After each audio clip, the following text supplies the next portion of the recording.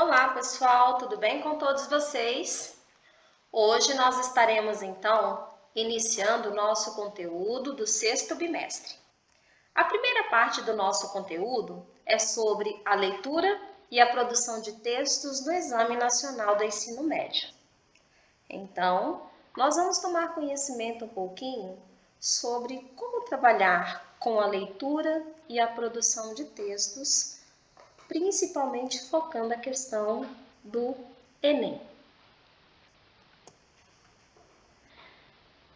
Para a gente falar sobre essa questão da leitura e da produção de textos no Exame Nacional do Ensino Médio, é importante que a gente perceba que a leitura e a interpretação de textos diversos irão permitir uma melhor compreensão de mundo e fazer com que a gente tenha uma opinião, além de saber defender o nosso ponto de vista.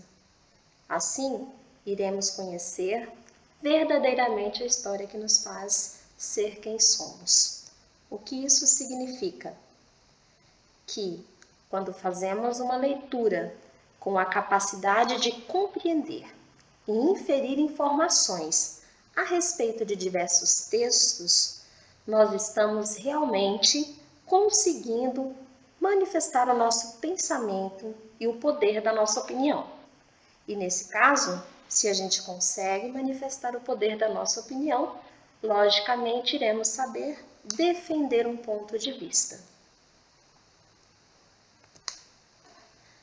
Desta forma, nós temos a leitura, a interpretação e múltiplas linguagens.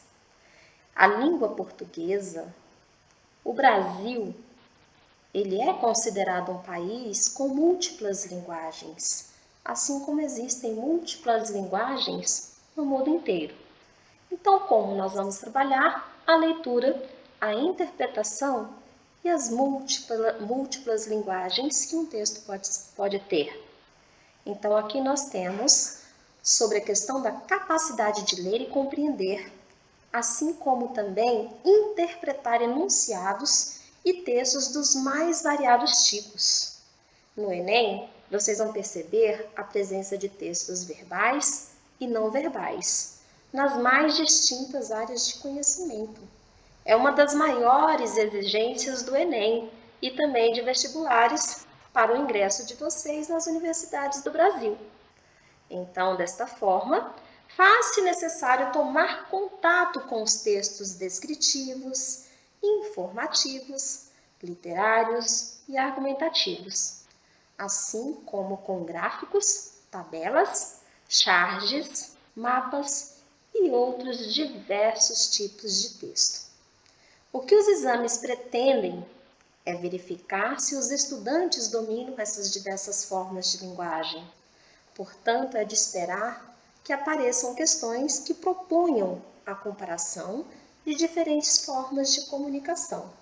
Então, o nosso trabalho neste momento, a partir de agora, será desenvolver essa capacidade de ler, compreender e interpretar enunciados, envolvendo então os mais variados tipos de textos, sejam eles verbais ou não verbais, ou então os textos mistos.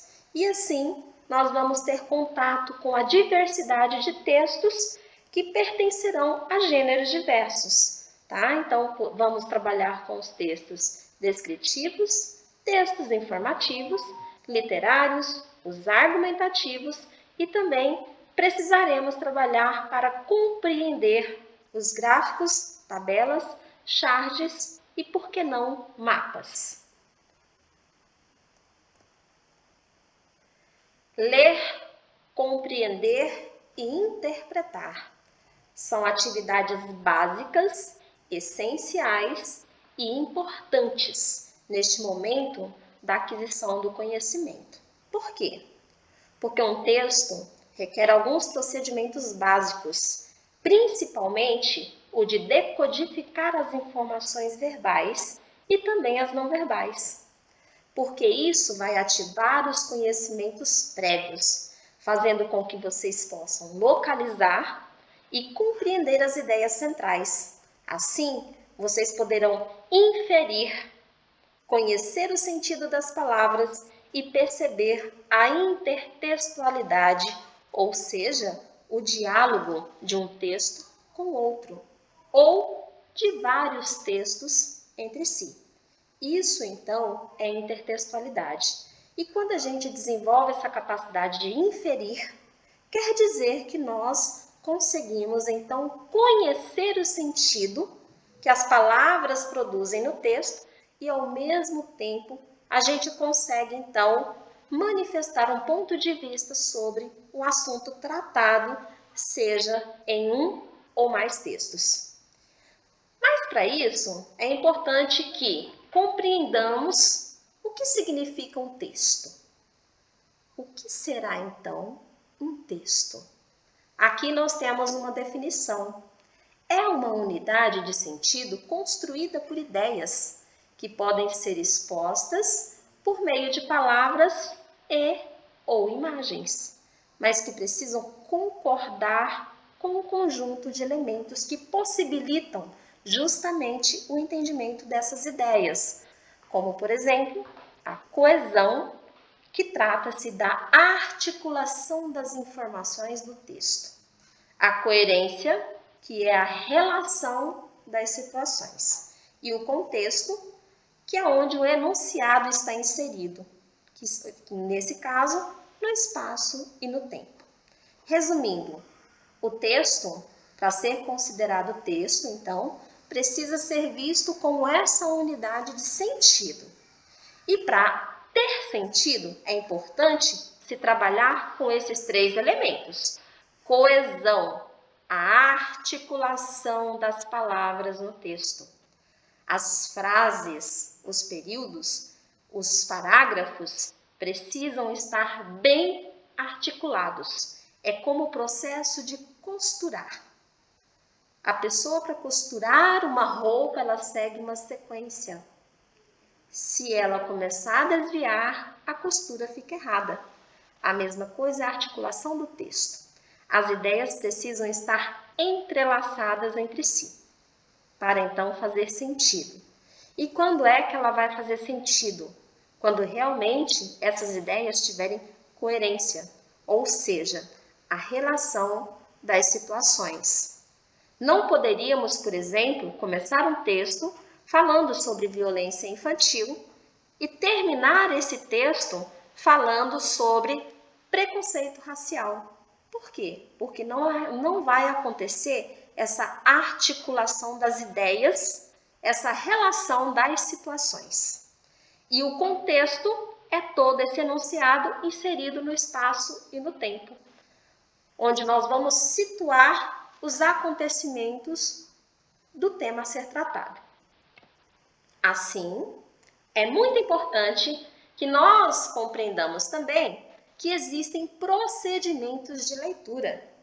E o que são esses procedimentos? São os estilos e as marcas linguísticas que cada um de nós carregamos. E procedimentos essenciais que nós temos. Primeiramente, para uma boa leitura, é muito importante ler o texto de forma integral, para que vocês possam se inteirar do assunto.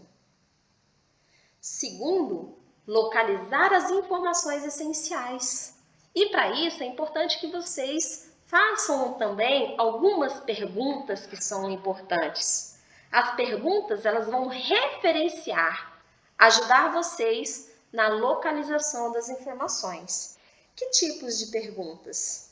O que, quem, quando, onde, porquê, para quê, como. Terceiro ponto é analisar o contexto de produção. Quem é ou quem são os enunciadores? Quais os papéis sociais? Quais as suas intenções? O local de circulação desse texto? Em que época?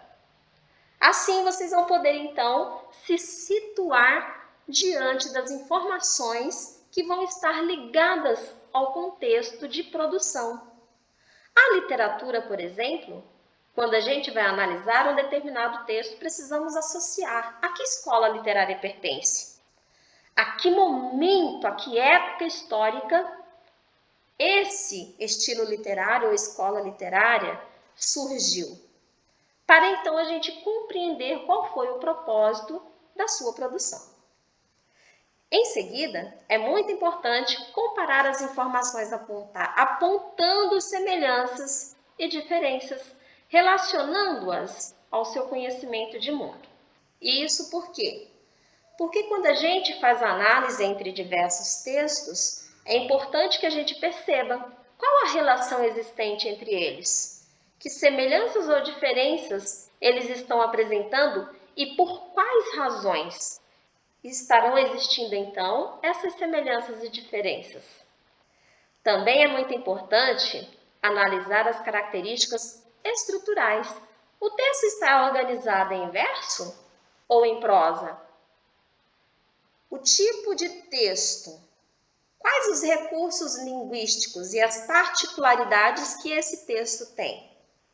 E por fim, é importante vocês então fazerem as inferências, ou seja, tirar as próprias conclusões, ler as entrelinhas, apontar informações que estejam implícitas. E para que isso seja possível, vocês não podem ficar apenas na primeira leitura, naquela primeira leitura do texto integral para se inteirar do assunto.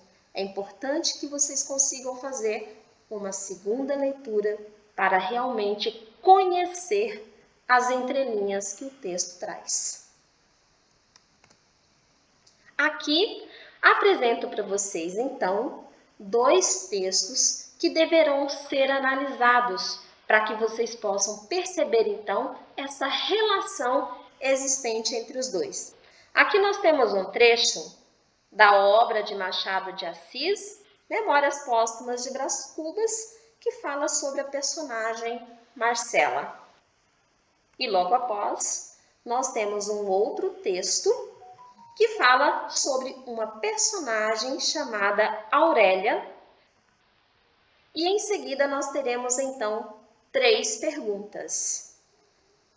As 3 perguntas estão se relacionando diretamente a essas duas personagens, aos 2 textos. É fundamentalmente importante que vocês busquem compreender os textos para então elaborarem as respostas de vocês. A primeira pergunta: ideologicamente, Aurélia e Marcela apresentam discursos distintos. Uma privilegia a poética do coração, outra a poética do dinheiro. Analisando os 2 textos, vocês vão justificar essa afirmação. Quem privilegia a poética do coração e quem privilegia a poética do dinheiro. E por quê? Quais os fatores que estão girando ao redor de ambas as personagens para que isso aconteça? A segunda pergunta, no texto 2.